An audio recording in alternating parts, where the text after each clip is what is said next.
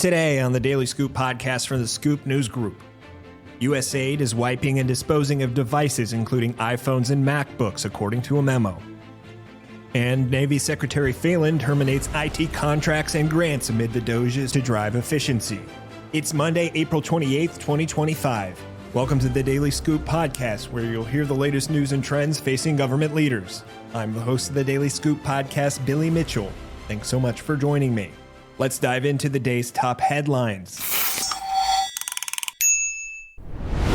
A memo sent to U.S. Agency for International Development employees on Thursday announced that the now hobbled agency will no longer try to salvage government devices for staff based domestically. The move is notable given that USAID had previously initiated some work to transfer technical assets to the State Department. It's not uncommon for the agency to remotely wipe devices abroad, but doing so domestically and then trashing the equipment is quite unusual. Federal agencies often auction office equipment, including computers, they no longer need. In the letter, which was viewed by FedScoop, employees were told that U.S.-based direct hires, personal service contractors, and institutional support contractors must complete various exit tasks, including the return of government equipment.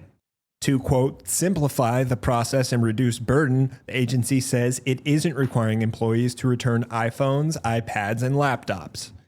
The memo stated, quote, the IT equipment will be remotely wiped and marked as disposed from USAID IT asset inventories on or around the employee reduction in force date, and the employee can then dispose of the assets. Further details and updates regarding the remote wiping and sanitization process for the devices and what to anticipate will be communicated closer to the RIF dates. In other news, Secretary of the Navy John Phelan on Thursday ordered the termination of hundreds of millions of dollars in IT contracts and unrelated grants as part of a broader push at the Defense Department to slash spending that the Trump administration deems wasteful. The moves, outlined in a pair of memos issued to the Chief of Naval Operations, Marine Corps Commandant, Navy Assistant Secretaries, and General Counsel, are pursuant to Defense Secretary Pete Hegseth's, quote, commitment to strategically rebuild our military, restore accountability to the Defense Department, cut wasteful spending, and implement the President's orders, Phelan wrote. The IT contracts axed by the Secretary include those for the Naval Maintenance, Repair, and Overhaul Program. Phelan also directed the Navy's Chief Information Officer to prepare a new acquisition strategy by July 31st, along with management review of the program.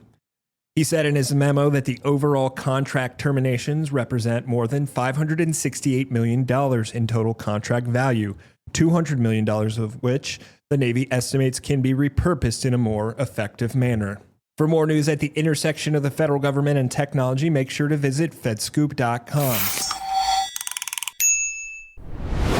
Thanks so much for tuning in to another episode of the Daily Scoop podcast, available on all podcast platforms.